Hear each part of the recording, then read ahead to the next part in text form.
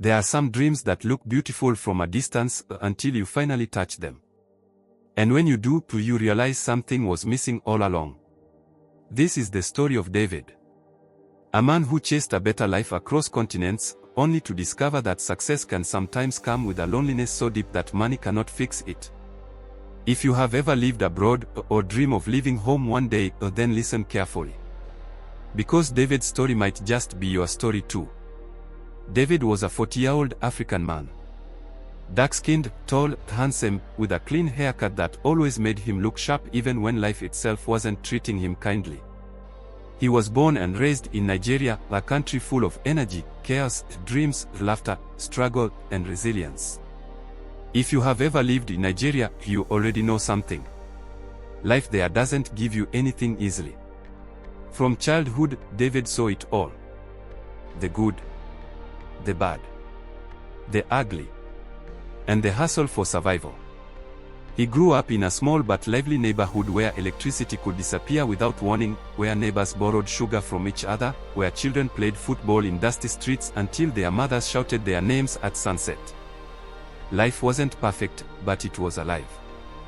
There was always laughter somewhere. There was always music somewhere. There was always someone around. David was a bright young man. Everyone believed he would make it one day.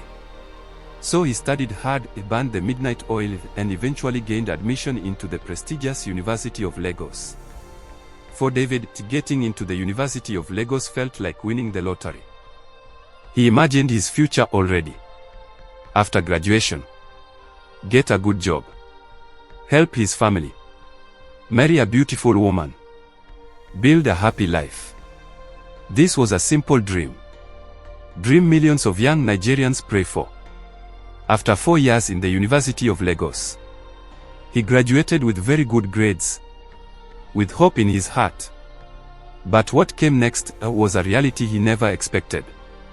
He searched for jobs, month after month, year after year. Apply for more job opportunities, go to interviews, got rejected over and over again. His hope was fading away. Some companies demanded the experience. Others quietly demanded something else Nigerians knew too well: pay huge sum of money to get employed. In all these happenings, David refused to give up. He hustled. Small jobs, side work, anything to survive. But surviving wasn't the same as living. He tried carrying relationships along. Because he wasn't getting younger. He met amazing women. Beautiful, smart, ambitious. But money kept standing in the middle like an invisible wall. In Nigeria, dates cost money. Transport cost money. Life itself cost money. Love became complicated. Slowly, the frustration grew. One evening, sitting alone in his room, David stared at a piece of land document on his table. That land was his inheritance. His father's legacy. But something inside David whispered a dangerous thought. What if the future I'm looking for isn't here? And that was how the idea of leaving Nigeria began. The United Kingdom. A place many Nigerians dreamed about. A land of opportunities. Better systems. Reliable electricity. Structured life. A place where hard work supposedly paid off. After months of thinking, David made the biggest decision of his life. He sold the land, packed his dreams, and boarded a flight to the United Kingdom. The first few months were overwhelming.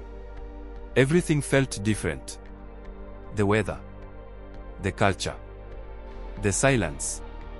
Even the air felt different. But there was one thing David immediately noticed. The system worked.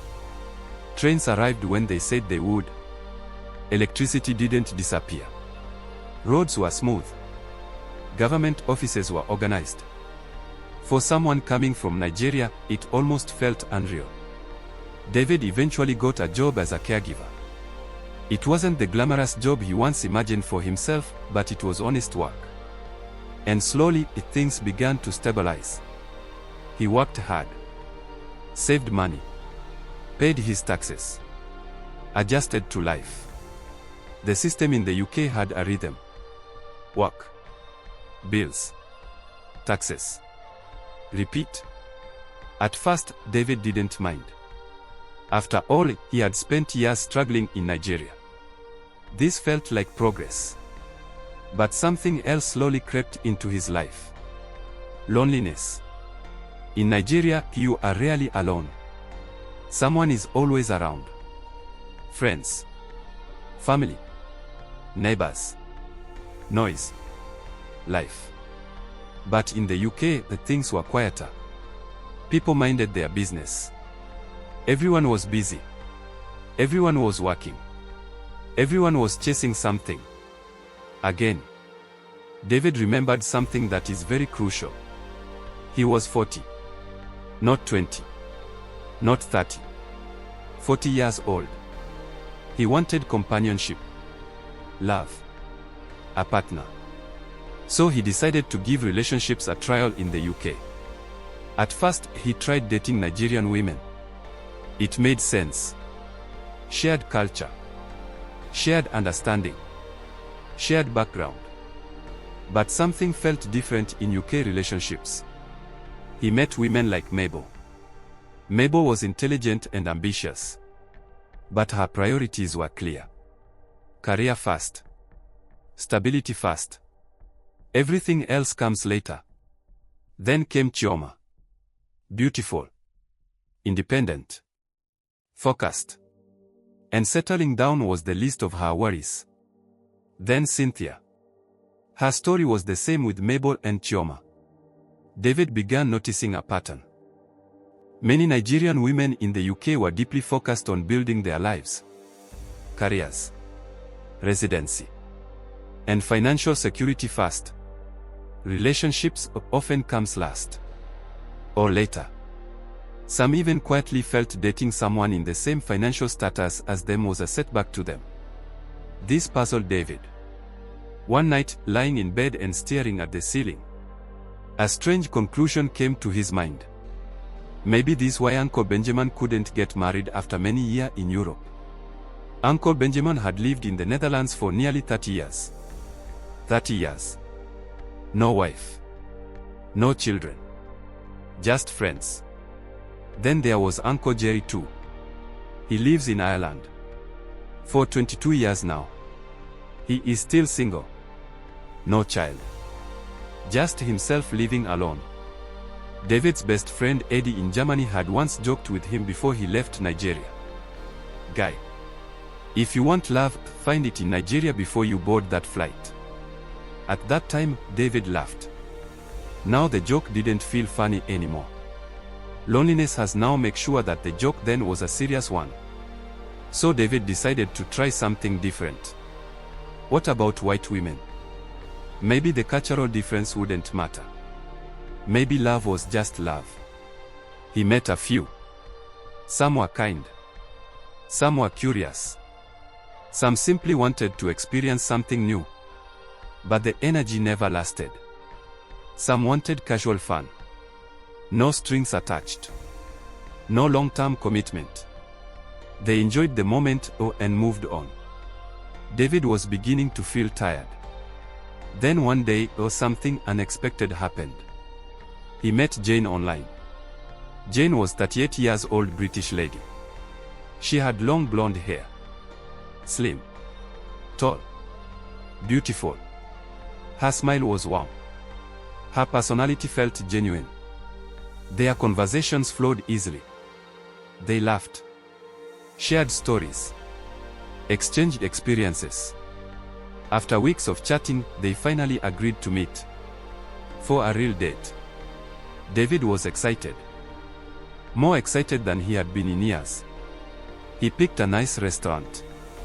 Nothing too extravagant, but elegant enough to make a good impression. The day finally arrived. David dressed carefully. Fresh haircut. Nice shirt. Clean shoes. When Jane walked into the restaurant, David almost forgot how to breathe. She was even more beautiful in person. The date started beautifully. They talked, laughed, shared stories about their childhoods, about Nigeria, about life in the UK. They drank wine, ordered food, clinked glasses. To new beginnings, Jane said with a smile. David felt hopeful. Maybe, just maybe, this is the one. The evening passed like a colorful dream. Finally, the bill arrived. Without hesitation, David reached for his wallet. Back in Nigeria, this part of the evening was simple. The man pays. That's just how it is. But before David could settle the bill, Jane calmly placed money on the table. Half of the total sum. David froze. He blinked. Confused. What is this? He asked. Jane smiled casually. My part of the bill. David was shocked. In Nigeria, this would almost feel insulting. It suggested the man couldn't provide, or that the woman wasn't truly interested. He tried to explain this to Jane. Jane burst into laughter. Not mocking laughter. Just genuine amusement. That's sweet, she said. But here in the UK, we can always split. David stared at her. Still confused. Still processing. Then he asked a question he didn't expect to ask. Don't I look attractive to you? Jane laughed again. You're very handsome, David. And yet, she still paid her half. That moment did something strange. Not dramatic. Not explosive. Just a quiet. A small cultural collision. A misunderstanding of expectations. Neither of them were wrong. But something invisible shifted. The spark faded. Slowly. Naturally. The relationship never really moved forward after that. Not because Jane was wrong. Not because David was wrong. But because the system they were living in had shaped them differently. In the UK, the system makes life move fast. Bills. Taxes. Rent. Insurance. Work. Everything costs something. Time itself feels expensive. People plan their lives carefully. Independence is prized. Romance sometimes takes the back seat. In Nigeria, things are different. Love can be spontaneous, messy, complicated, but alive. People date, break up, fall in love again, go out, laugh loudly, argue passionately, live freely, sometimes too freely. David began reflecting deeply. Is this why the population in Africa keeps growing, while many developed countries struggle with declining birth rates? Maybe love thrives where life leaves room for it. Maybe love struggles where a system becomes too structured. David thought about Uncle Benjamin again. 30 years in Europe. No wife. No children. Just memories. Uncle Jerry. 22 years abroad. Still searching. Then he remembered Eddie's words again. Find love before you travel. Back then it sounded like a joke. Now it felt like wisdom. David still lives in the UK. He works. Pays taxes. Builds stability. But sometimes, late at night, he wonders about the road not taken. What if he had stayed? What if love had come first? Life gives us opportunities. But sometimes, every opportunity has a hidden cost. David chased a better life. And in many ways, he found it. But one question still echoes quietly in his heart. Was the trade worth it? And now, I want to ask you something. If you once lived in Europe, or still living in Europe today, or America, or anywhere far away from home, what has your relationship experience been like? Has it been smooth? Has it been difficult? Did the system change how you approach love over where you are? Share your experience in the comment section. Your story might help someone else understand their own journey. And if you enjoyed this story, don't forget to subscribe to our channel, like the video, and share with someone who needs to hear it. Because sometimes the stories we tell are not just stories. They are mirrors. And someone out there might just see their own life reflected in David's story. Thank you for watching.